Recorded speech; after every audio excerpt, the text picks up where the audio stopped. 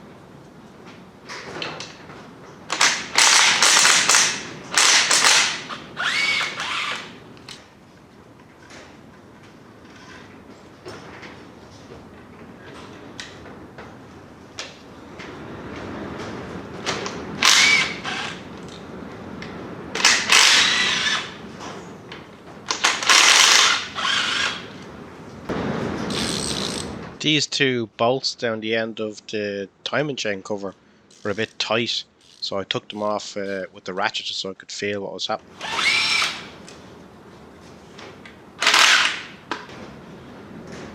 You can actually see here they're actually a different length than the other bolts, so that's something to remember when I'm putting it back together again.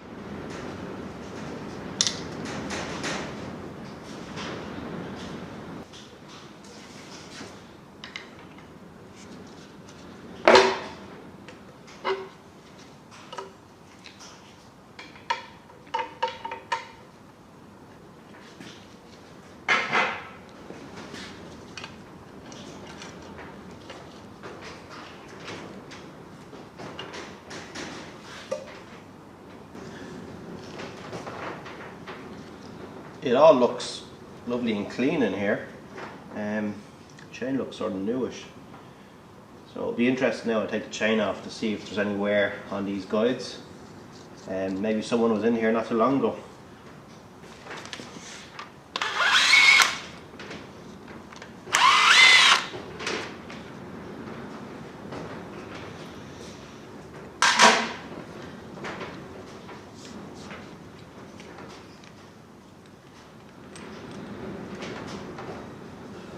The guides look almost new. Don't think they're that old.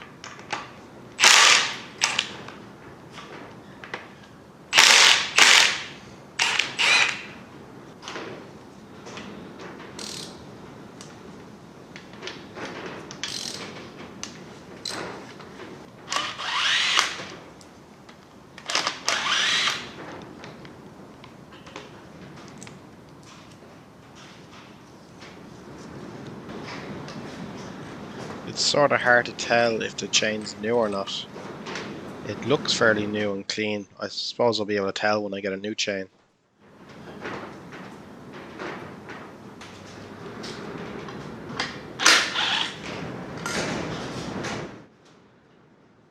That's an S2000 intake manifold. We used an adapter plate to bolt the S2000 manifold to the K20 head.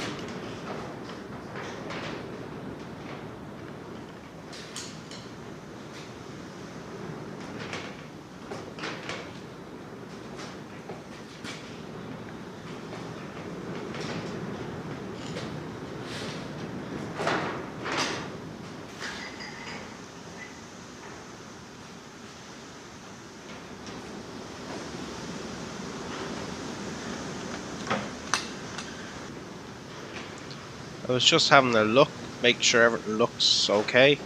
I can't see any signs of wear or metal filings. Everything looks pretty good in there.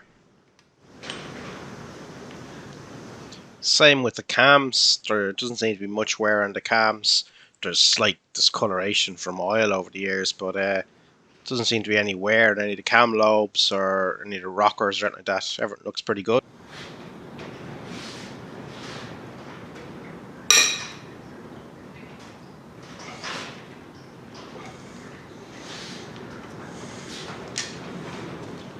These ended up being a bit tighter than I was expecting. I tried to loosen them all off with the bar, but in the end I just went for the gun.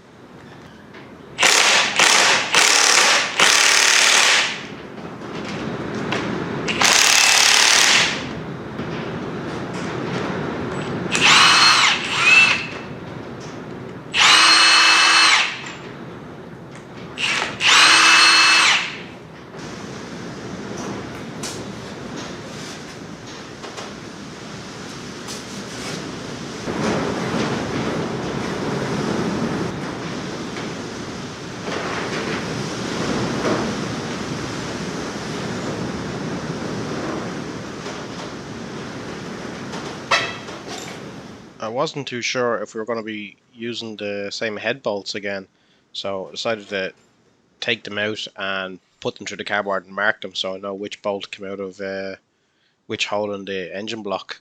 Just in case I found damage later on, I could have a look at the stud. I'd know which bolt was in which hole, and we might be reusing these. I'm not actually too sure at this stage.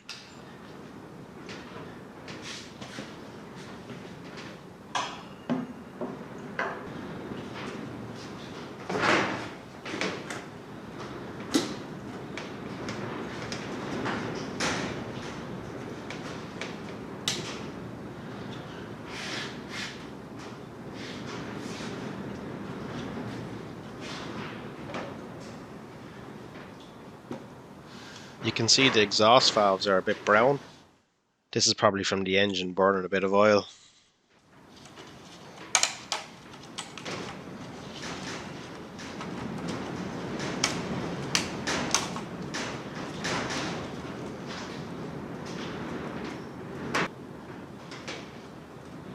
Head gasket looks alright. There is a bit of discolouring in between two of the cylinders, but the gasket itself looks okay.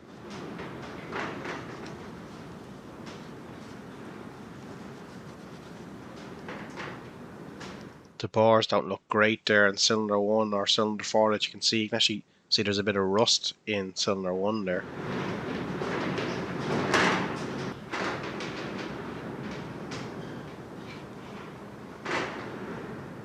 You can see all the carbon deposits on top of the piston. That's from burning oil. Then if you look down between the cylinders and the block down in the water jackets, you can see there's lots of debris down there. It's quite dirty. So also you can see there's scratches on the deck surface. That's from someone cleaning the deck when they were probably doing a head gasket on this before.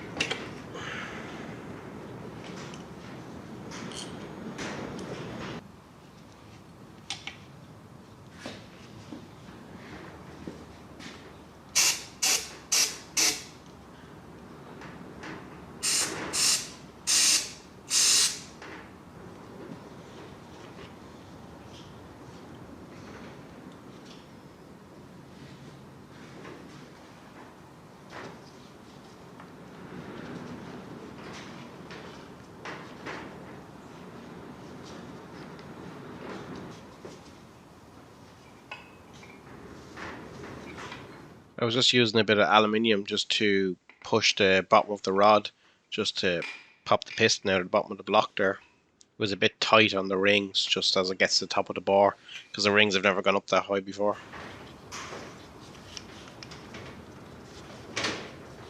The piston actually looks like it's in quite good condition. The skirts don't show much signs of wear or anything like that, so I was quite surprised at how good the pistons look, because if you look at that bearing there, there's quite a lot of wear in the bearing.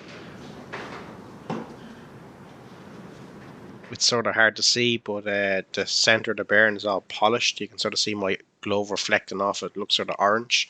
It isn't down through to the copper now, but it is fairly worn.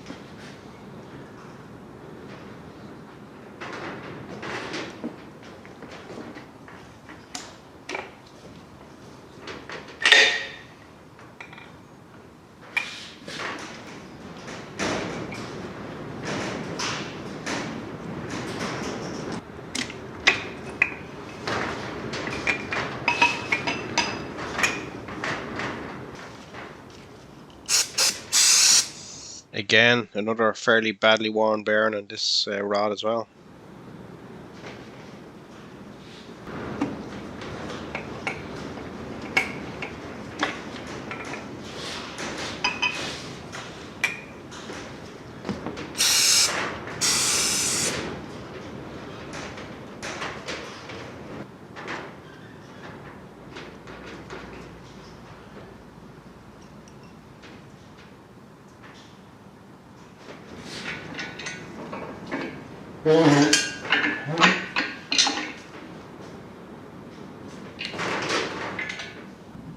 It's a little bit hard to tell, but you can see that the bores have quite a bit of staining and discolouring on them. I'd say that there was a head gasket gone in this engine before, and you can sort of see the rust ring there now on cylinder 1. But the other bars had a bit of brown stain to them. I'd say it's from water being in them before.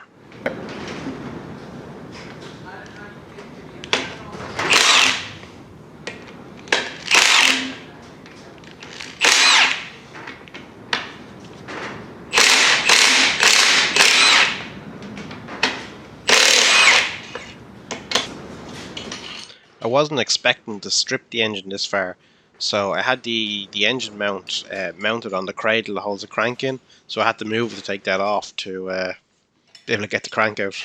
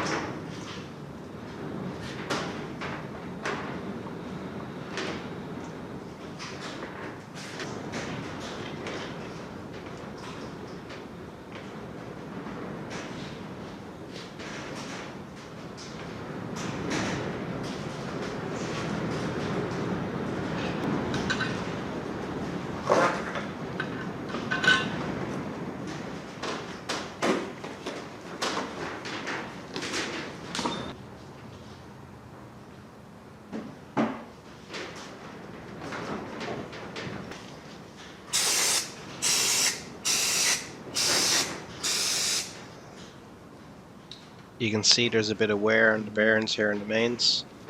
See the shiny bits on the bearings.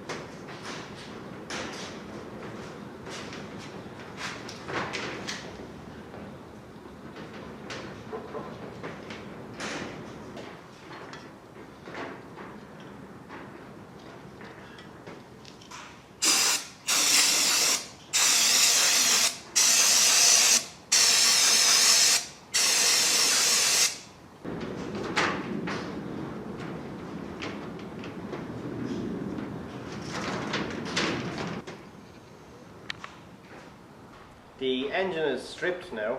It's probably stripped a bit more than I was planning at the start, but found a few issues. Decided to chase them. There was a few marks on bearings and stuff, so we said we'd strip the bottom end, take the crank out and have a look. And probably good that we did do it, because the bearings had a bit of wear on them. The bearings had quite a lot of scoring in it, so it might have been a bit of I don't know if it's maintenance. Wasn't enough maintenance done on the engine. It was just dirty oil, or if it ran a little bit low in oil pressure. It's not too bad. The crank is fine. Didn't seem to be any damage to the crank at all, so it's just the bearings are starting to go, and that's why we decided to take the crank out and go this far with it. So I'm going to have a chat with the customer now and see where we go from here. It's good that we stripped it. We were sort of on the fence as to strip it or not, or just run it and strip it later on when we get the car up and running. But sort of happy we did now. We caught the bearings real early, that there was some marks on it. Like, as I said, there's no marks on the crank or anything like that. So new set of bearings, shells in it, and it should be good. The pistons are good and stuff like that. So I know we found some issues with it, but I think it was the right time to do it, and I'm glad we done it now.